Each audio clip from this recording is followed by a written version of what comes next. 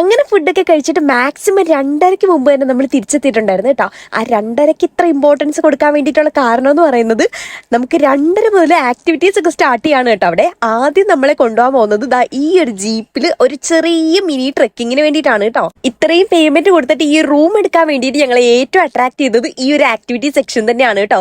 അത് ഭയങ്കര രസമായിരുന്നു ആ ഒരു ട്രക്കിംഗ് ആ ഒരു എക്സ്പീരിയൻസ് എന്ന് പറയുന്നത് കേട്ടോ. അത് മാത്രമല്ല ട്രക്കിംഗ് ചെയ്തിട്ട് നമ്മൾ വരുന്ന ആ ഒരു ആക്ടിവിറ്റി ഏരിയ ഉണ്ടല്ലോ, ഭയങ്കര ബ്യൂട്ടിഫുൾ ആയിരുന്നു കേട്ടോ കാണാൻ വേണ്ടിയിട്ട്. അത് എത്ര മനോഹരമായിട്ടാണ് അവർ അറേഞ്ച് ചെയ്ത് വെച്ചേക്കുന്നതെന്ന് നമ്മൾ കണ്ടു തന്നെ മനസ്സിലാക്കണം കേട്ടോ. നമ്മുടെ സ്റ്റാർട്ടിങ് ആക്ടിവിറ്റി എന്ന് പറയുന്നത് തന്നെ ഒരു മിനി സൈക്ലിംഗ് ആയിരുന്നു കേട്ടോ. പക്ഷെ എനിക്ക് അത്ര ഇഷ്ടപ്പെട്ടില്ല ഗൈസ്. ഇഷ്ടപ്പെട്ടില്ല എന്ന് പറഞ്ഞെങ്കിലും ഞാൻ അതിൽ ചാടി കയറിയിട്ടുണ്ടായിരുന്നു കേട്ടോ. കാരണം കിട്ടുന്ന ഓരോ മിനി അവസരങ്ങളും നമ്മൾ വെറുതെ പാഴാക്കി കളയാൻ പാടില്ല.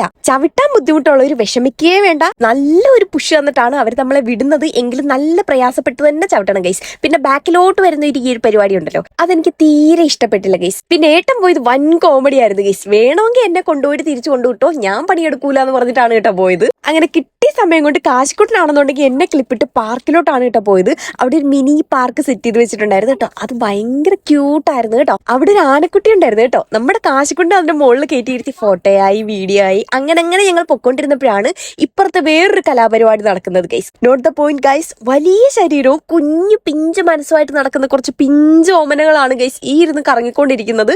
ഈ ഒരു ട്രിപ്പിലൂടെ എല്ലാ എണ്ണത്തിന്റെ മനസ്സിന്റെ വളർച്ച കണ്ടെത്താൻ പറ്റിയതിൽ ഞാൻ അങ്ങേ അറ്റം ഈ ട്രിപ്പിനോട് കടപ്പെട്ടിരിക്കുന്നു ഗൈസ്. പിന്നെ നെക്സ്റ്റ് നമ്മൾ അടിപൊളി ഒരു കിഡിലൻ ജീപ്പ് കണ്ടിട്ടുണ്ടായിരുന്നു കേട്ടോ. കാശിക്കുട്ടനാണെന്നുണ്ടെങ്കിൽ ഗിയർ ഒക്കെ ഇട്ട് സ്റ്റിയറിംഗ് ഒക്കെ തിരിച്ച് അവിടെ ഭയങ്കര ജേസിംഗ് ഒക്കെ ആയിരുന്നു കേട്ടോ. അങ്ങനെ അതിനൊക്കെ ശേഷം നമ്മൾ ഏറ്റവും കൂടുതൽ എൻജോയ് ചെയ്ത ഒരു സെക്ഷനാണ് കേട്ടോ ഈ കാണുന്ന റോപ്പ് വാക്കിംഗ്. അത് നമ്മുടെ കാശിക്കുട്ടൻ ഇത്ര ഗംഭീരമായിട്ട് ചെയ്യുന്ന സത്യമായിട്ട് എനിക്ക് അറിയത്തില്ലായിരുന്നു കേട്ടോ. ഞാനൊക്കെ തിത്തിത്താര കളിച്ച് വന്ന സാധനം പുഷ്പം പോലെയല്ലേ അവൻ നടന്നു വന്നത്. അങ്ങനെ ആക്ടിവിറ്റീസ് ഒക്കെ ചെയ്തിട്ട് മേളിൽ ചെന്നപ്പോഴത്തേക്കും നമുക്ക് ഡ്രിങ്ക്സ് ഒക്കെ കിട്ടിയിട്ടുണ്ടായിരുന്നു കേട്ടോ. പിന്നെ കാശിക്കുട്ടൻ എന്തിനാ കരഞ്ഞുകൊണ്ടിരിക്കുന്നതെന്ന് അറിയോ? പൂളിൽ ഇറങ്ങാൻ വേണ്ടിയിട്ടാണ്.